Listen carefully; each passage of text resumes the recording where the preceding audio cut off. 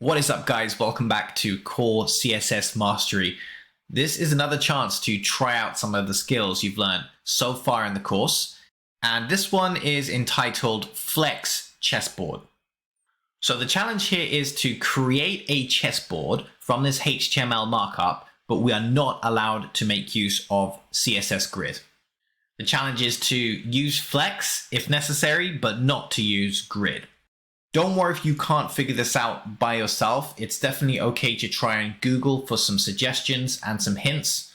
The goal is to try and solve this challenge before continuing with watching the rest of this video. The HTML markup is all there for us. All we need to do is add the appropriate CSS styling so that we can see a chessboard on the viewport. All right, good luck with the challenge. Catch you back here shortly for a solution. So the first thing that we're going to do is just to create our outline of the board, and we can do that by styling the board class. We'll set a border of solid 1 pixel black, and we're going to set the height to 97 VH. Let's refresh our page. And now we have the outline of our chessboard. Now let's think about these rows. It might be tempting to jump straight into creating a Flexbox container, but these rows are divs. And if we think about the default behavior of divs, i.e. wanting to take up the entire width of the viewport, that actually lends itself pretty well to generating rows without needing to use Flexbox. So let's style these rows. And so we can see the rows, we will set a border. So we'll set a border top of solid 1 pixel black.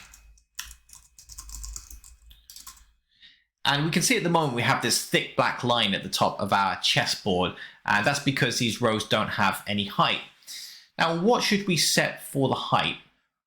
Well, here it makes sense to set a height as a percentage. So what is 100 divided by 8? Since we want 8 rows, it's 12.5. So we can actually set the height of these rows to 12.5%. Refresh the page. Now we have the 8 rows of our chessboard. So the next step is to arrange these squares along the rows of the chessboard. And this is where Flexbox probably comes in handy. So for each of these rows, let's set a display of flex. Let's also set a border on the square, just temporarily so we can see them. We'll set solid 1 pixel black. Let's refresh. And now let's specify some of the additional properties of our Flexbox. So we'll set flex direction. We want this to be a row. And on the square itself, we can actually set a flex basis of 12.5%. We don't need to set wrap here because we don't want them to wrap. So now we have a fairly convincing 8x8 grid, which we can use to generate our chessboard. Now we notice there's something a little bit funny going on at the bottom of the chessboard to do with the extra width that the borders are providing to the board. We can solve that later. Remember, these borders are just here so we can see the area that we're working with, but we can actually remove them once we've added color to our chessboard. Now, if you've completed the grid chessboard challenge, you'll know that we can make use of nth child to add coloring to this board.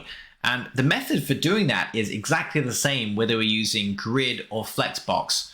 And that's because our rows are actually marked up in the HTML itself. So we can copy and paste from our previous challenge. So just as a quick recap, in case you haven't seen that previous challenge, we're taking all of the odd rows, and on all of the odd rows, we are styling every even numbered square as black. And on all of the even numbered rows, we're styling every odd numbered square as black. So let's save and refresh. We now have our chessboard. We just need to fix that issue with the border. And this is really just a case of removing borders that we don't need because it's the borders that are adding extra height to the chessboard. So we've removed that border. Let's remove the borders from the row as well. So now our chessboard lines up and we just have a single solid 1 pixel black border surrounding the entire board itself. None of the rows or squares have borders. The only reason we can see the squares is based on their background color. All right, well done if you were able to solve this challenge using Flex. And even if you Googled it, it's perfectly acceptable. You're going to run into this situation time and time again as a developer, whether it's CSS or some type of other language, where you have to solve a challenge or a problem, but you don't actually know how to solve it on face value. You maybe have an idea of how you might go about solving it, but but it's still going to take a bit of research, a little bit of trial and error before you're able to overcome the challenge. So well done if you were able to solve this challenge. If you weren't able to solve this challenge, don't worry too much. Hopefully you improved your knowledge of CSS Flexbox by playing around with some different properties and values.